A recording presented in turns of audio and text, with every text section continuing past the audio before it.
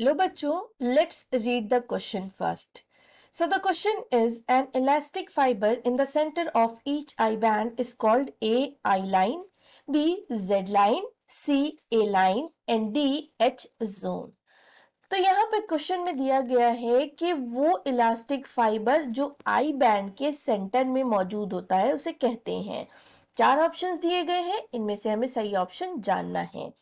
तो चलिए सबसे पहले जानते हैं कि ये जो आई बैंड्स होते हैं ये पाए जाते हैं स्ट्राइएटेड मसल्स में।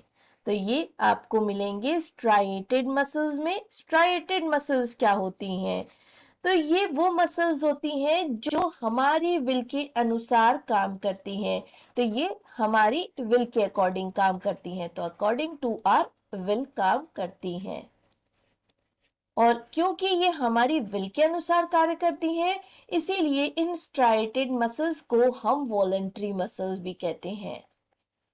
वॉलंटरी मसल्स, तो ये जो स्ट्राइएटेड या वॉलंटरी मसल्स होती हैं, ये जैसा कि हमें पता है ब्रांच होते हैं फाइबर्स इनके, और ये मल्टी न्यूक्लिएटेड होते हैं। मल्टी न्यूक्लिएटेड होते हैं। चलें देखते हैं इनको। तो यहाँ पर अगर हम एक स्ट्राइएटेड मसल फाइबर बनाते हैं तो वो हमें कुछ इस तरह का दिखाई देगा। तो ये है स्ट्राइएटेड मसल्स, लंबे लंबे फाइबर्स होते हैं जिनकी टिप्स जो होती हैं वो ब्रॉड होती हैं। अब यहाँ पर ये जो आपके स्ट्राइएटेड मसल्स फाइबर्स होते हैं, इनमें आप देखेंगे कि कुछ डार्क कलर के बैंड्स होंगे इस तरह से।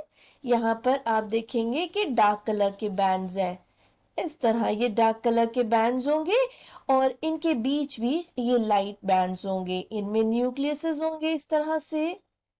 तो ये है न्यूक्लियाई इनके। ये जो लाइट कलर के बैंड्स होते हैं इन्हें हम कहते हैं आई बैंड्स, एंड जो डार्क कलर के बैंड्स होते हैं इन्हें हम कहते हैं ए बैंड्स। क्यों हम इन्हें आई कहते हैं?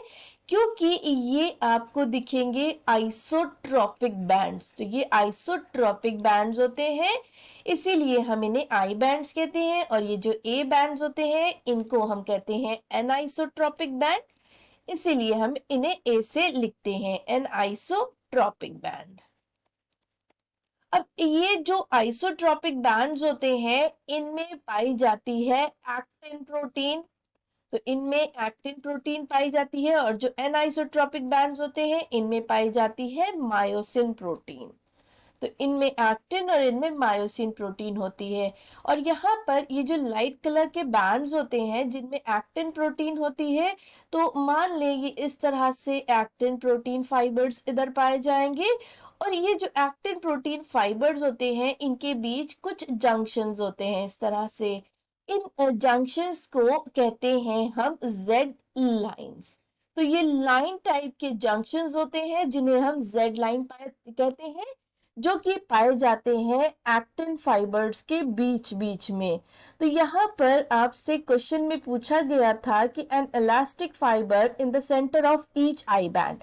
तो आई बैंड जो कि एक्टिन बैंड होता है या आइसोट्रॉपिक बैंड होता है, इनके सेंटर में या इनके जंक्शन पे जो लाइंस होती हैं उन्हें हम क्या कहते हैं?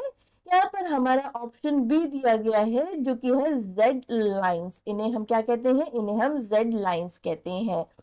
तो हमारा जो करेक्ट आंसर या करेक्ट ऑप्शन है वो है option B, Z line. I hope you understood the entire explanation. Best of luck.